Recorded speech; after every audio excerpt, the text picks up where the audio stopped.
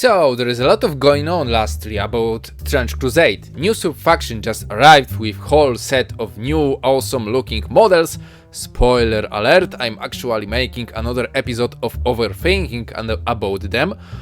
We are waiting for incoming 1.0 version of the rules, which are essentially an officially released version of the game, not just beta like those we use today. And if that wasn't enough, we got new official miniatures made fully with plastic. With those there are coming major changes for one of the best faction in the game, for the free State of Prussia. And first things first, what can I tell about miniatures? Well, set is not that big, contains 2 heroes, 3 stormtroopers and 3 yeomen. Not that much, but each miniature, heroes included, has different options for weapons and heads, which is something really new. Lot of people was complaining about official models and the lack of options, especially for weapons. Now there is not such an issue. And even if those wouldn't have all that modular parts, plastic is still way easier to kitbash than resin, so you cannot really build whole warband from one box. Especially there is no mechanized heavy infantry, which is actually obligatory choice. But because of that, the set is still fairly cheap. Sounds like a good deal generally speaking, and I don't have to tell you that models looks just stunning, right? You can see that by your own eyes. One thing I would complain about is that and I'm not alone there I suppose, have a lot of regular troopers alternatives at that moment, starting from official, Red Brigade, Westphalia and so on. So in that case I'm not that much interested of having whole box with mostly miniatures that I do not really need. That is some kind of an issue for a person who have not that much space for store all that miniatures. But besides, that set is a banger. What can I say? That will sold off rapidly, I'm pretty damn sure. Now, with those new miniatures coming also some changes to the rules. And in my opinion some changes was needed from a long time. Even before tank splitters I was complaining about Prussians being too strong. But don't get me wrong, too strong, not OP. I don't see those as a faction that is almost impossible to compete with. No, they can be beaten by any other faction in the game, but I do still think that they are a bit too strong. Why? Mainly because their insane grenade buff, which increases range of all grenades, satchel charges included, by 4 inches. So in that case you can throw a nade from 20-inch distance and satchel charges from 10-inch distance. With movement being 12-inch with dash, you can almost reach opponent's deployment zone in the first turn, first activation even. Obviously it's just a theory. Thing is, I had a feeling that might be too good when I was starting my Trench Crusade adventure, and I did not change my mind even a little after that year or two of playing games, etc. So yeah, I think that buff should be a bit weaker, and after that Prussia would be nicely balanced. Oh, forgot about Tank Splitter Sword, a weapon that appeared in the Prussian roster not that long time ago. Giving them, well, to be honest, that gave another buff for a actually rather strong faction. And we was waiting for some nerfs for some time, and those actually arrived. Now, finally. But grenade buff is still the same. They did not change that at all. What changed though is a number of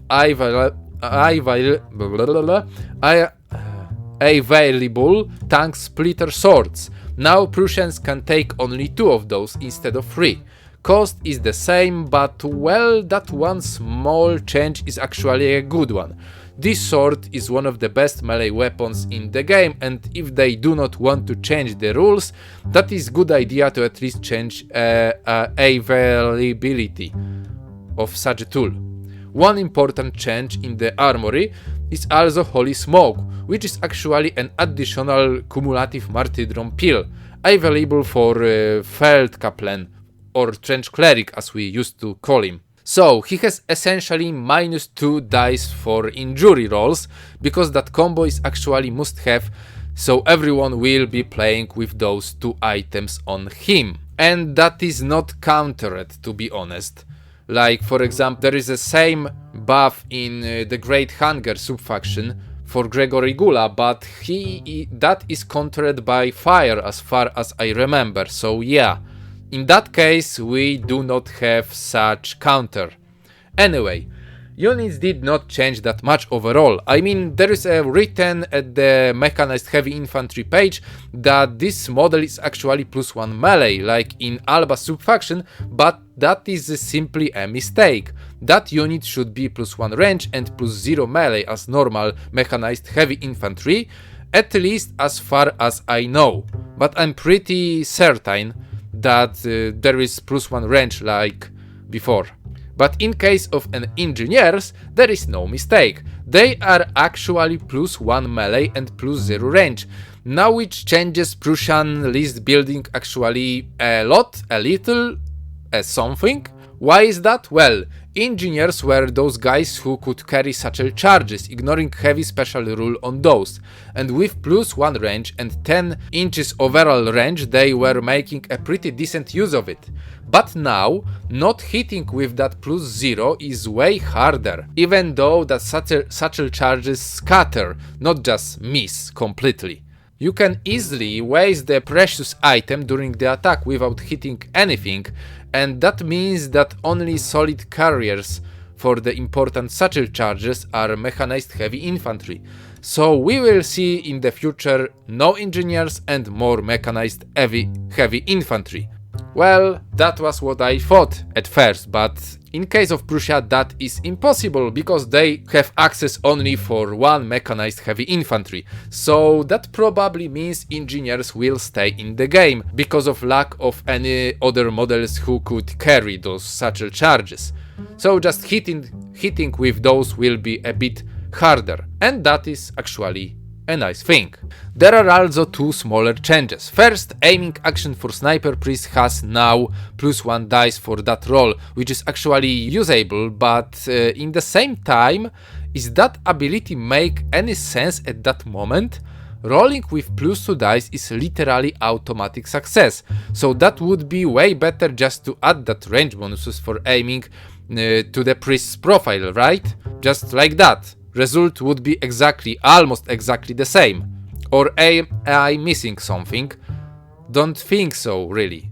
I mean, I talked a lot about that with some people and they kinda like the change, because now you can actually use, for example, blood markers to decrease the chance of aiming, and that aiming is also risky, so if the priest will fail to roll that aiming roll, he cannot shoot in the same activation.